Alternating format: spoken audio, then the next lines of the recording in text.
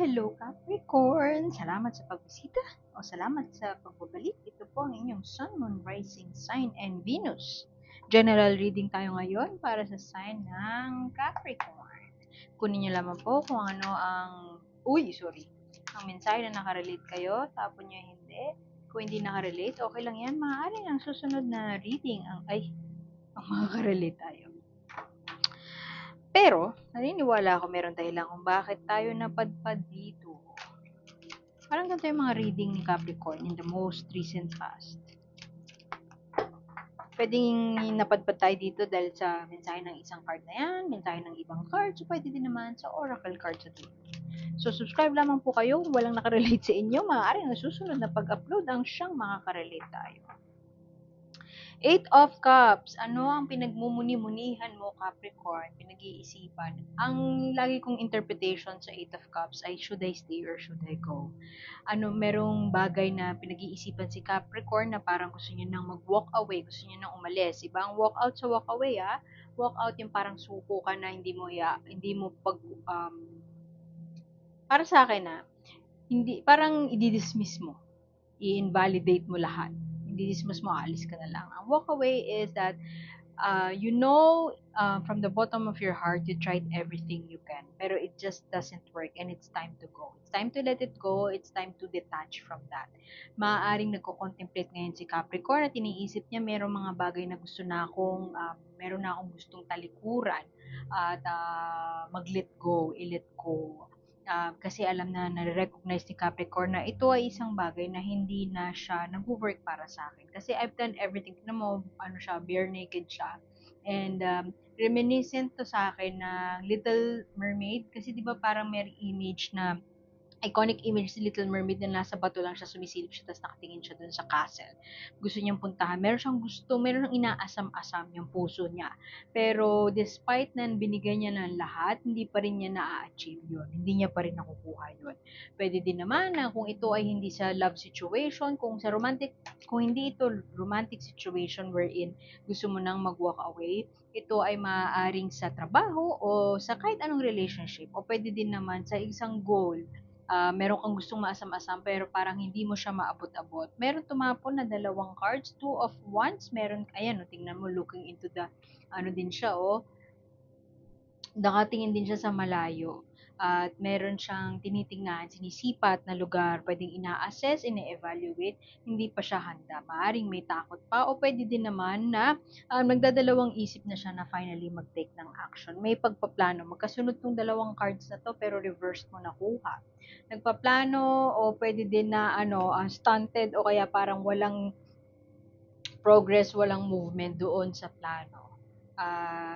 Ayaw pa deep dive ni Capricorn. Nag-contemplate pa lang, nag-iisip-isip, nagmumuni-muni. Pwede din kasi na may pangamba pa kung what's out there. I couldn't say na maglalakas ng loob na si Capricorn eh. Pero pwede din na gano'n. Kasi yung energy na pick up ko dito, parang pa lang siya, nag-iisip-isip na kung talagang aalis na ba siya sa isang sitwasyon na hindi na nagsuserve sa kanya. Medyo mabagal ang ganap. Pwede din na merong isang tao na nilolong si Capricorn, namimiss niya, may namimiss ka. O pwede din na ikaw yung namimiss ng tao na yun. At parang ni-stalk ka lang niya sa social media, ganyan. Pwede din na ikaw yan. Energies could be interchangeable ha. Ni-stalk ka sa social media tapos gusto niya na mag-send ng message pero pwedeng natatakot siya na mag-message sa'yo kasi natatakot siya siguro na marireject mo siya or natatakot siya na isasabihin ka na parang sampal sa mukha niya. In the process of growth, ang dami mong dalawa yung three mo dito. Three of Wands and Three of Pentacles. Growth, tingin ko career growth ito. Merong isang bagay na parang alam mo kung ano yung goals mo in life, ano yung gusto mong projectin, pero hindi pa siya fully, parang kumbaga hindi pa dumadating yung oportunidad para mag-take ka ng action doon. Pwedeng nasa isip mo pa lang, ino-overthink mo pa lang, ayan, tingnan mo, indecision, hindi ka makapag-desisyon sa pag-alis. Pwede din naman na yung iba sa inyo, kung na-mention ko, di ba, yung career growth, Puwede din naman yung iba sa inyo puwedeng may offer o nagdadalawang isip kayo na mag-work overseas, pero ano, parang kino-contemplate niyo pa kung aalis ka dun sa current work mo. Puwede din naman na local work lang din naman ito at nagdadalawang isip ka kung magre-resign ka na o magse-stay ka pa. Siguro yung iba sa inyo maganda yung perks and maganda yung benefits, pero hindi ka na naggo-grow o parang wala ka nang natututunan, parang stagnant na lang ang iyong career life o ang iyong status diyan sa kung nasaan ka mang relationship ngayon. Puwede din naman na mahirap katrabaho yung mga katrabaho mo, hindi sila cooperative, hindi sila collaborative, puwedeng mataas yung posisyon mo, leader ka, and kahit anong sabihin mo sa kanila matigas ang ulo nila, puwedeng gano'n. Maraming ano, merong pagko-contemplate ng energy ako napi-pick up dito sa reading mo. At the same time, may pagpaplano at merong ano, parang pagdadalawang isip tas ang solution mo para makapagdesisyon ay mag-lurk-lurk, basa-basa siguro, naglu-lurk-lurker. Lurker si Capricorn. At least this August. Kung hindi siya talaga lurker as a person, at least this August. Maglo-lurk lang siya dun sa mga pwedeng mga sa Reddit, ganyan. Seven of Wands. You will try to prove your worth or is trying to prove your worth. Trying to, ano, parang may pinapatunayan si Capricorn. Oops. May pinapatunayan o pwede din naman stalled yung progress kasi parang you're trying to prove your worth pa. You're trying to prove yourself. Pwede din naman na ano yan sa family ng lover mo, Nine of Swords in reverse.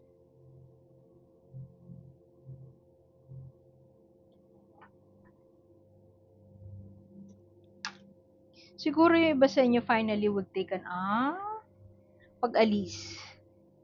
Di ba kanina sinalang pa sinasabi yung should I stay or should I go? Ito na. Tingnan mo, nasa bangkang papel lang siya. Magdedesisyon, parang bahala na si Batman. Kailangan ko nang gawin to.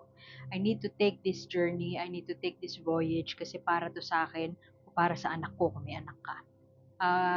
Mag-retake siya ng risk kasi nga yan, bangkang papel. Hindi siya sure kung lulubog siya, bahala na nga si Batman. Pero merong hawak niya yung muno, merong mga bagay na hindi pa niya alam, uncertain para sa kanya, may takot, may pangamba, for the longest time may takot at pangamba, pero eto ka, umaasa ka na merong magandang kinabukasan.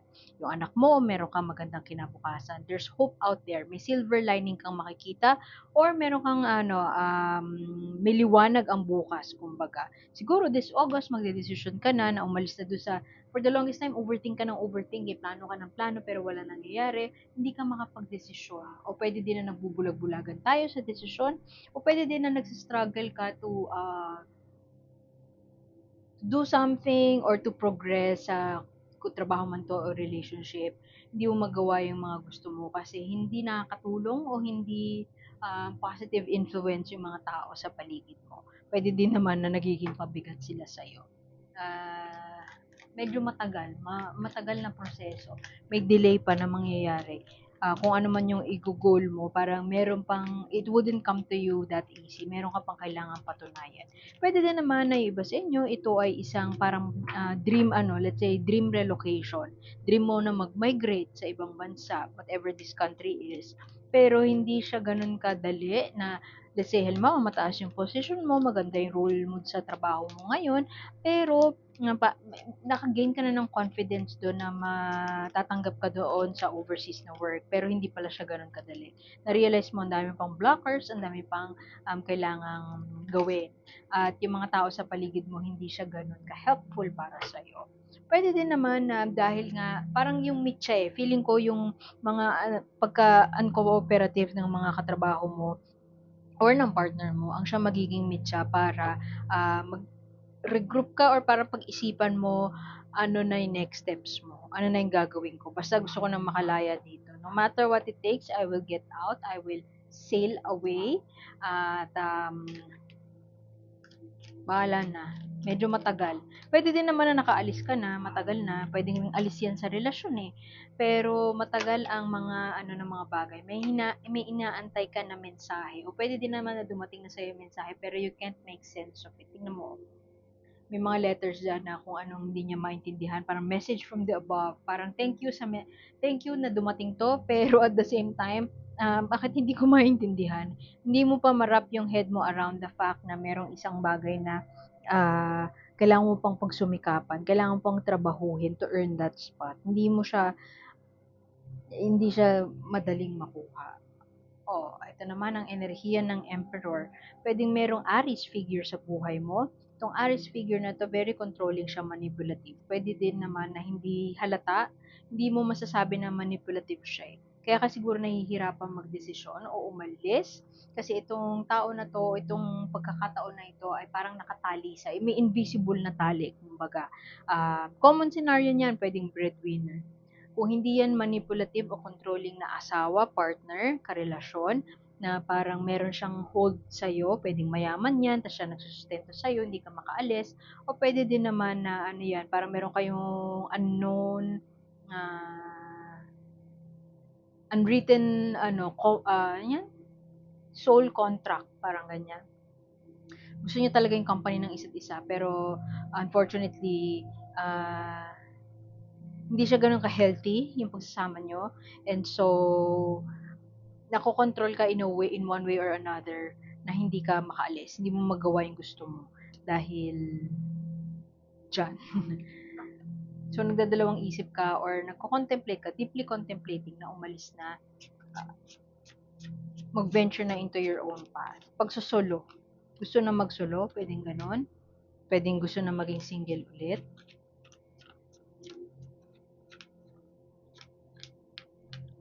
May pag-alis talaga eh. Pag-alis. Pero, ang maganda nito, ayan o, merong bagong ideya na papasok sa'yo. Merong parang may aaralin ulit. Merong pagkakataon para mag-aral ulit. May pagkakataon para makapag-isip ng bagong diskarte after you leave the situation. Pero hindi din ganun kadali na makakaalis o mawawala na lang bigla-bigla sa buhay mo itong controlling figure na ito. Pwede din yan breadwinner ka, hindi ka basta-basta makakaalis doon, matagal na proseso bago ka makaalis. Alam mo yun, kung mag-work ka overseas, mamamblema ka na nga sa visa, sa gastos, tapos akala mo totally malaya ka na dun sa pagsustento sa family mo, yun pala, hindi ka pa nila tatantanan, hihingan ka pa rin nila. Pwedeng gano'n ang sitwasyon.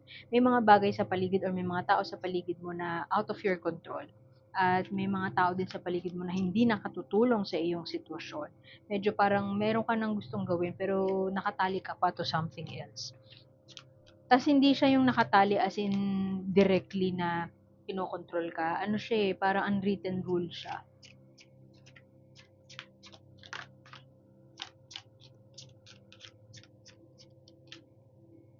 Core energy mo pa lang eh. Should I stay or should I go? May gustong gawin pero hindi makaalis. Yan ang title. Ano mensahe mo para kay Capricorn? Mensahe para kay Capricorn. Oracle card. Kung gusto niyo malaman yung cards na ginamit ko, tingnan niyo lang yung ano. Oh, it's time to let it go. Maintenance, management. Everything is working perfectly. Everything is smoothly. Parang lahat na ng tingnan mo, maayos ang lahat, tas ino-oversee niya.